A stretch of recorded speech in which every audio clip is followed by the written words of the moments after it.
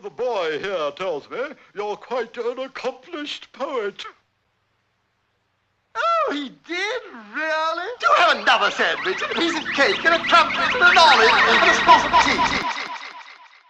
When I was 15, my voice changed. During one of the most tumultuous times in my life, I was outed, subsequently forcing me to also deal with the societal bigotry that many out LGBTQ people face on a daily basis. However, from that point on, I noticed that I also began to speak differently with others. It's hard to remember exactly what changed, but from what I can tell, I started speaking in a more nonchalant way and didn't worry as much about whether or not my pitch was consistently low and masculine. I was still interpreted to be cisgender and heterosexual by those I met, but while with fellow queer people, I noticed that my voice felt more natural and I didn't have to pay as much attention to how I was speaking. My voice flowing in and out of different types of enunciation has gotten me to receive a number of comments over the years. Some people have told me I sound gay, while others have told me that I sound straight. Even though I'm non-binary, many people interpreting my voice will still think about this within a gay-straight dichotomy. It's always been difficult for me to figure out why my voice had changed. Was I trying to speak in a queer way? What does that even mean? And what does speech have to do with sexuality or gender?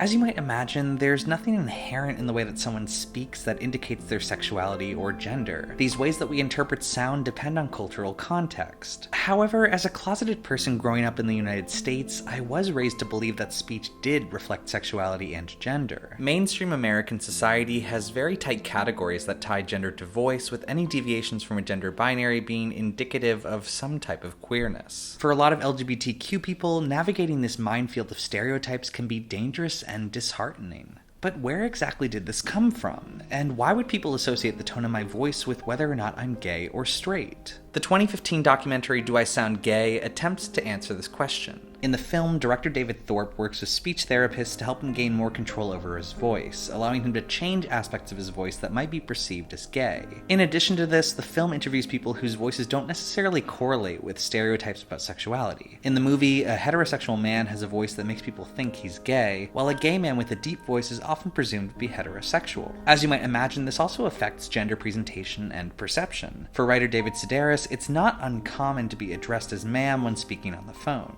At the end of the day, there's no definitive answer to why people sound a certain way. There are too many variables and cultural distinctions that make it almost impossible to pinpoint one source. But that's not why I'm talking about this. I'm not that interested in finding answers regarding why people sound the way they do, because that's ultimately a subjective and contextual thing. Instead, I do think there is something to be said for learning more about how stereotypes influence our perception of sound, because that's the part that LGBTQ people have to deal with on a daily basis. Societal stereotypes, placing them in boxes that dictate how they should sound and how they will be heard. As you might imagine, Disney has also played a role in reinforcing stereotypes regarding speech and queerness. Like I've described before on this channel, there are numerous examples of queer coding and parody within the Disney catalog. My video on Ferdinand the Bull is a good example of this, showing how a story mainly about pacifism could be turned into a vaguely queerphobic critique via a song that implies Ferdinand's pacifism makes him effeminate and therefore less manly. If you want even more examples of this, it also doesn't take long to find the numerous Disney villains that continue the cinematic tradition of linking gay stereotypes with villainy. However, did you know that the most stereotypically queer Disney film was actually released in the early 40s? Let's talk about The Reluctant Dragon. Want to be free, to be on the move, to go for a hike or whatever you like to do. Do all there is to be done. It's fun, it's fun, it's fun. To be free, fun to be free.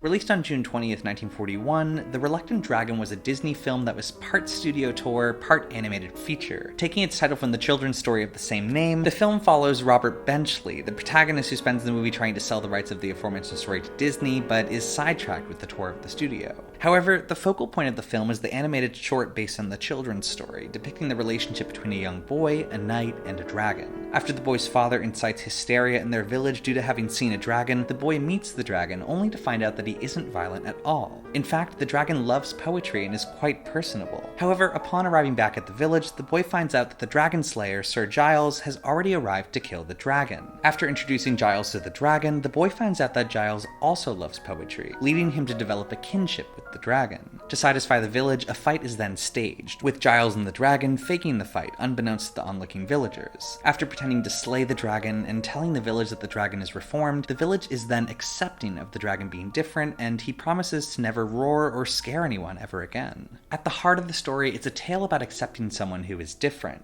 The dragon is painted as this vicious beast that will harm anyone and anything, but in reality that couldn't be further from the truth. Similar to Ferdinand the Bull, the original story is more about pacifism than anything else, with the ending actually being a positive portrayal of being inclusive and open-minded. Now, what could be wrong with that? Well, in The Reluctant Dragon, also like in Ferdinand the Bull, the titular character is queer-coded to be effeminate and supposedly queer or gay. Of course, when I refer to queer-coding, I'm referring to the specific method of portraying LGBTQ characters that became popular in cinema after the implementation of the Hays Code in 1934. Because any type of quote-unquote sex perversion was prohibited from films of the time, filmmakers began writing characters that were heavily implied to be LGBTQ through stereotypical behavior, but not through explicit statements. This played a role in not only emboldening queer stereotypes, but ingraining them into the medium of film. For example, queer-coded Disney villains are not explicitly said to be queer, but a lot of their mannerisms and speech are part of the lineage of villains that personified LGBTQ stereotypes. By doing this, stereotypes long associated with LGBTQ people also became just general characteristics that people associate with villains, therefore conflating the two. The character of the dragon in The Reluctant Dragon is very queer-coded. Sporting a very effeminate voice and being drawn with effeminate features, his speech and presentation are presented at odds with society. He's supposed to fit within the archetype of being a scary dragon, but can't help but express his delicate and dainty nature. Sir Giles arguably operates in a similar way, with his suit of armor making him look more tough than he really is. Disney also added elements of the story to reflect this. For example, in Disney's version, the dragon is constantly interested in drinking tea. In the final battle, he not only fakes the battle while having tea with Sir Giles, but they also waltz together in a brief scene that almost feels romantic in the way it's presented. If anything, the effeminacy of the Reluctant Dragon in the title segment of the anthology film is even more pronounced than Ferdinand's. Like the bull, the dragon sports long, emotive eyelashes and contains not an aggressive bone in his body, with the dragon prancing and pirouetting throughout the story. However, at the center of the dragon's queerness is his voice, one that follows societal stereotypes about what a queer person sounds like. Oh, he did? Really? I say queer instead of gay because, though many people interpret the dragon to be gay, queer stereotypes and queer coding affect many people across different sexualities and genders. And at the end of the day, my point is to not say that the dragon is something, but rather that his character deconstructs societal binaries of gender and performance. That being said, the incredibly effeminate performance by Barnett Parker not only sets the stage for the dragon to be queer-coded, but also provides context from an actor also known for playing queer-coded roles. In Live, Love, and Learn from 1937, Parker glistened as an interior decorator named Alfredo. In one scene, Alfredo enthuses over the boldness of his chosen fabrics. His client, Robert Montgomery, continues Alfredo's flouncing manner to respond that one design would obviously bring out the beast in a man. The queer coding I'm talking about isn't me just projecting modern sensibilities onto an old text. Despite the movie asserting that the dragon is male, referring to him as he, both the New York Times and Variety referred to the dragon as a woman in reviews of the film from 1941. This shows that the way the character was presented and portrayed not only fit within the story of being a societal outsider, but also played into gender ambiguity. And just to be clear, I think this type of coding is ultimately harmful. Even though The Reluctant Dragon ends with society accepting the queer-coded character, upholding beliefs that queer people act certain ways does more harm than good. By positioning LGBTQ individuals as outsiders from a given society, movies like The Reluctant Dragon perpetuate stereotypes and also shift the blame to LGBTQ individuals. In order to get respect from society, they must be accepted by it, something that's a different stance from society having to do the work and analyze its own prejudices. However, why do we associate a character like this with queerness at all? To bring it back to the beginning of this video, why do many people hear the dragon and think gay? Where did this stereotype originate? It's hard to definitively say where it originated, but there is something to be said for the particular way in which the dragon is portrayed. The dragon has a voice, a high-pitched voice with the accent of an English dandy. In fact, the dragon's long, black, fluffy ears often droop around the sides of his face in an approximation of the English dandy, Oscar Wilde. Rather than fight battles with knights, this dragon wants to play music, hold high tea, and write poetry. At one point, the dragon is specifically referred to as a punk poet, at a time where the common slang definition for punk was homosexual male. The key word in this excerpt is dandy. From the perspective of American culture, this stereotype is all too well known. The vaguely British-sounding, prissy character that has effeminate mannerisms was something that I grew up with the implication being that all the characters that acted that way were either gay or queer. But what does dandy mean? In this situation, the definition is more akin to what the Oxford English Dictionary describes as one who studies ostentatiously to dress fashionably and elegantly, a fop, and exquisite. It can be said that an American equivalent of dandy is the word pansy, which isn't very common today, but it was common in the early 20th century to denote a similar stereotype. There's nothing inherently queer about being a dandy, but historically a lot of the characteristics that we associate with words like dandy are also associated with queer stereotypes. So when did sexuality become a part of it? This is debated, but Alan Sinfield attributed the link between dandies and same-sex attraction to the Oscar Wilde trials of the late 1800s. As one of the most famous dandies of the time, Wilde was essentially publicly denounced as a homosexual during the trials, tarnishing his reputation for the rest of his life and bringing to the forefront a direct link between dandy culture and a queer underground.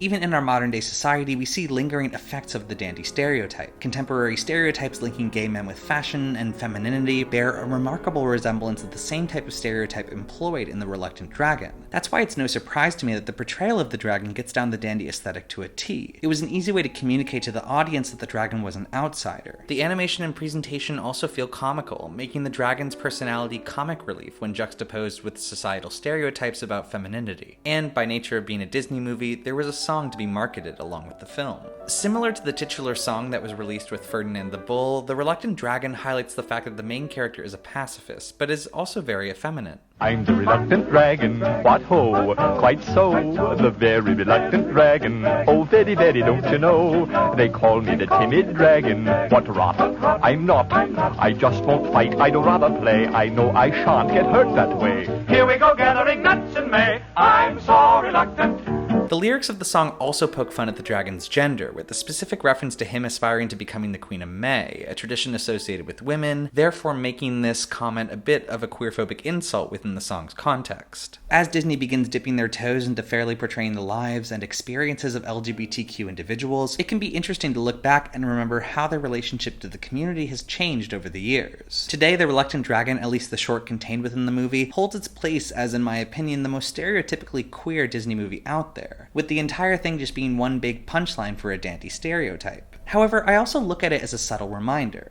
Over time, I've actually come to love the character of the dragon. Even though I know it wasn't necessarily intended to be that way, I see him as an unapologetically queer dandy in a viscerally queerphobic era. And ultimately, I think that spirit captures the resilience that makes me love and admire the LGBTQ community so much. Like I learned while discovering my voice, being queer also means having a complicated relationship to culture and having to spend almost your entire life disentangling how your personal self-discovery has been hindered by stereotypes. The Reluctant Dragon reminds me that there's power in reclaiming things. When I see the dragon pouring tea instead of fighting, I empathize, because I too understand how it feels to put on a show for others and use a voice that isn't yours. What was intended as a punchline can become a compliment. And that's not necessarily a testament to the cartoon, but to the power of queer experience. It's not about what you're expected to feel, but how you really feel. Oh, I'm the reluctant dragon, what ho, quite so, the very reluctant dragon. Oh, very, very, don't you know, they call me the timid dragon. What rot, I'm not, I just won't fight, I'd rather play. I know I shan't get hurt that way. Here we go, gathering nuts in May. Whoops, I'm reluctant.